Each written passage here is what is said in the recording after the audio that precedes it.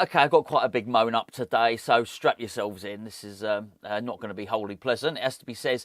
What can I say? People have been saying over the last few days, can we do something positive? Can we have a positive type video? And believe you me, I would absolutely love to do one. In fact, before I start moaning, I've just got to say, a thank you to somebody I don't know. So somebody gave myself, Gio, and E20 a shout out on Talk Sport yesterday. I don't know who it is because I only got a little snippet of it. So anyway, so it's very kind of you. So I gather you watch this type of stuff because you gave us a shout out on Talk Sport. So yeah, thank you very much, very very much appreciated. But clearly it was a West Ham fan who was concerned about West Ham and worried about what was going on. I think primarily at that point with Mohamed Kudus. But we've got some other disappointing news today, or a disappointing update. Now, I just want to be completely transparent with you all here. I am reading off of Twitter and I'm reading off of West Ham Central. I just come down, hot at the moment. So just come down to the cave. What we're going to do for today's video. I was actually going to do it on Paqueta, actually. And then I just flicked through just to see if there was any breaking news. And I'm looking at West Ham Central now, and I'll just read it. It's about Malick Diouf. This is from the Slavia Prague owner. He says, "We believe negotiations with West Ham would come to a quick end. And we asked our coach not to use Diouf in training. We have not yet been able to reconcile our ideas with those of the English. If it does not happen, we will enter negotiations to stay." Now, obviously, it's a little... I would imagine that has been put through Google Translate. But you get the idea. This is not the first time this sort of stuff has happened either. This is... The start of a football season should very much be one of excitement and of promise. You have pre-season coming up, which is something to look forward to. You get to watch your team in games which really ultimately don't matter. You get to look at some of the young players coming through and hopefully some of the new signings as well. Where are they going to fit? Particularly, I think, in terms of West Ham, we're going to hopefully see some more development and evolution of Graham Potter's tactics and ideas. And I think it's just a time to be looking forward, a time of some excitement.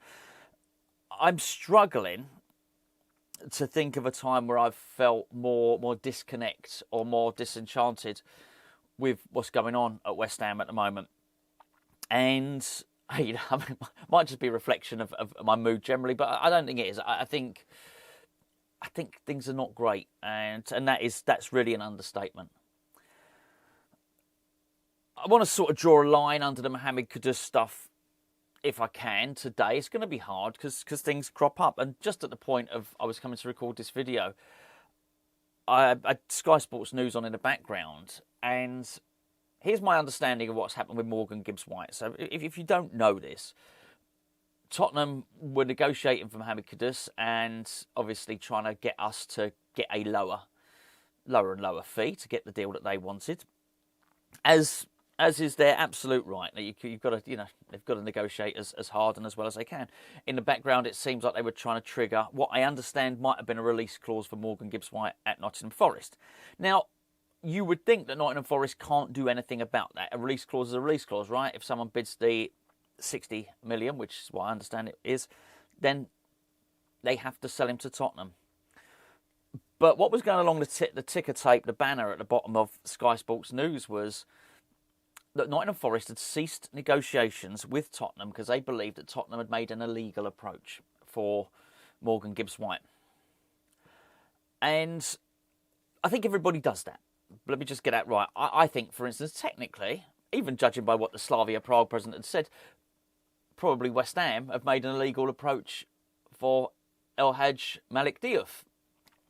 We certainly know, but we discussed it. We've just been discussing it for the past week, that Tottenham and Mohamed Kudus's representatives have been holding negotiations. Now, was that strictly legal? No. But clubs understand it's part and parcel of the way that transfers are done, the way that transfers are completed. The main difference that I can see between West Ham and Nottingham Forest is that West Ham didn't really fight to keep Mohamed Kudus.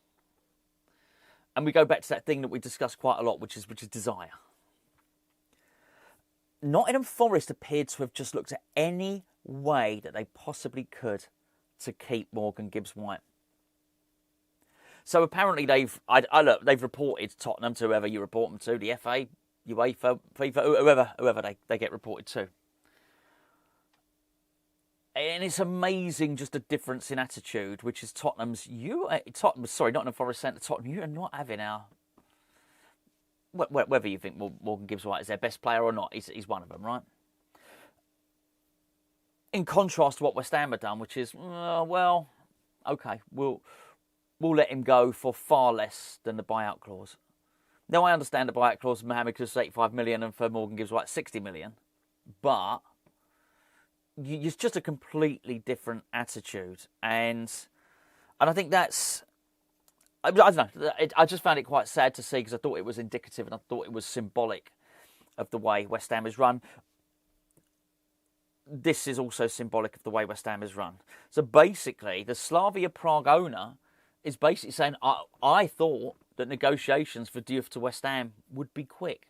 I mean, he's naming West Ham as well.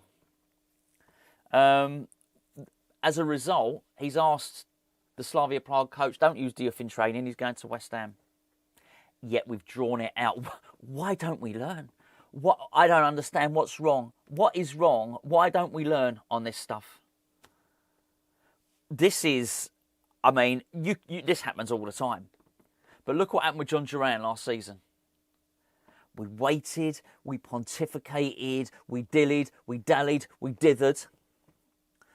We let it be known. We spoke to the agent. We spoke to the player. He was doing that. He never thought he was going back to Aston Villa training, and Aston Villa didn't think he was going back to Aston Villa training. In the end, we haggled over what really is small change on a big transfer like that, and he didn't go. This is not the first time that we've pissed off another club, and I don't think everything has got to be pink and fluffy and sweetness and flowers and all the rest of it. Negotiations are going to be tough, right? But I always say, look. Once is a shame, twice is consistent, and 3 times is a trend. And I think we have manipulated and tried to undercut so many clubs so many times now, that this is just looking like par for the course. This is nothing accidental about this. This is what we do. And by the way, this tends not to work as a tactic. If you could point back and say, hold on, no, we do get players, I mean, for cheaper than their value, we tend not to.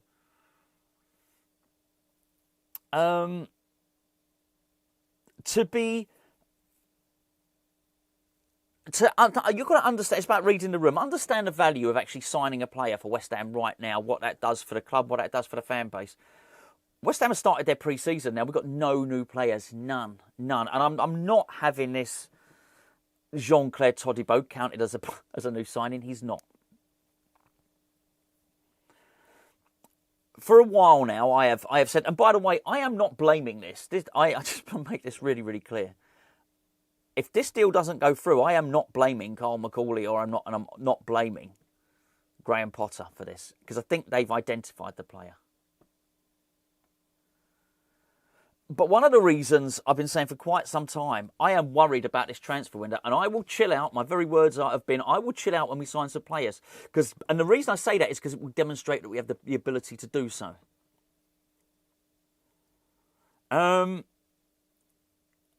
These are the words of a frustrated man. Does it sound... All right, the words are slightly different, but this sounds familiar going back all those years ago when we tried to sign William Carvalho from Sporting Lisbon. This is not an isolated incident.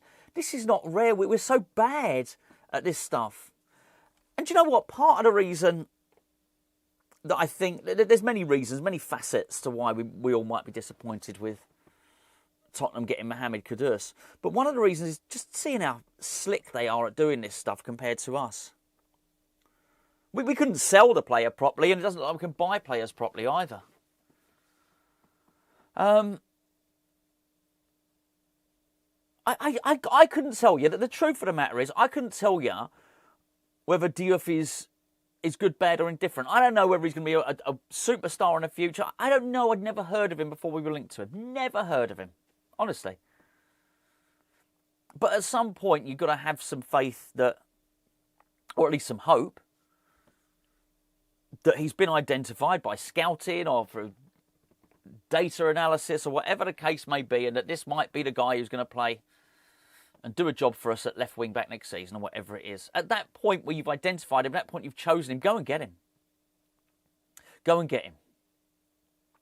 Or just pull out. Personally, when I heard it was 25 million euros, now it seems it's not as much as that. But I said this, I'm not going to change my tune now. I thought, well, hold on, that sounds quite expensive for an unknown from the Czech league who's 20 years of age. But that's for them, pull out. Why are you doing? I just don't, then go to the next target. This is not making anything better. This is not making my concerns about the next transfer, this season, about next season, any better at all.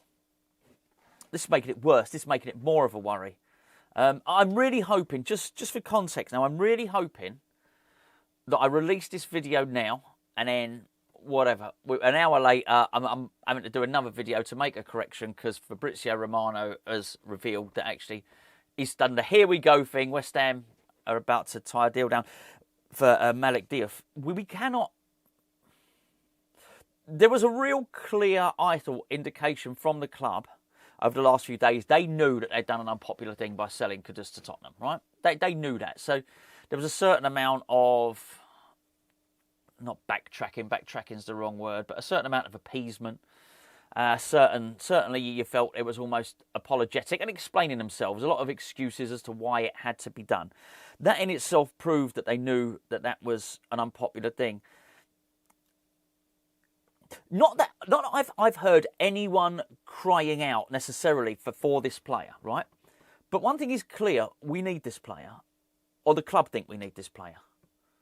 That's really the point here. And if they can't get this transfer deal over the line from Slavia Prague, who we have done 2 deals with in recent history, a club who we have a relationship with, we can't get this deal over the line, then that is a major concern and it is a major worry.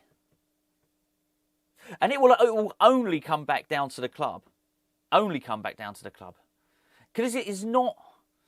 I personally believe we are now past the point of McCauley and Potter being involved. I now think we are down to the point where either David Sullivan or Karen Brady are doing the negotiations here. That's what I think. I don't know, but that's what I think. But this is the risk you're going to take if you decide not to have a negotiation specialist and a director of football, which is what we had. Which is what everybody has. Sunderland have been really efficient because they've gone and got one of the best in the business. They got promoted to the Premier League and hired one of the best in the business as their director of football. Yet somehow West Ham know better. We do it different. Our way's the better way. We are looking more antiquated and more backdated with every single moment that goes by in this transfer window. We need a signing now. And not just because Graham Potter can implement him into his squad. All that stuff is obvious. We need a signing now to show that we can do it. Because at the moment, I have got zero faith that West Ham can do anything like that. Look, I'm gonna skedaddle now. I'm gonna scram. I'm very, very worried. Can I please just before you go, and thank you so much for your time, and thank you so much for watching the video. We'd really appreciate if you gave Hammers Chat Patreon a little trial. The link is in the description below. It's patreon.com/Hammers Chat. We've got a 7-day free trial. Go and give it a whirl. See if it's something you like. We'd really appreciate the support. It's a great way you guys can help support Hammers Chat. Have a look there. We'll have a lot more to say about all this stuff. You know, on everything that's going on. But I mean, it's a major worry at the moment. Major worry. I was going to say, let me know what you think in the comments below. I'm pretty sure I know what you think in the comments below. But hey, leave them there anyway.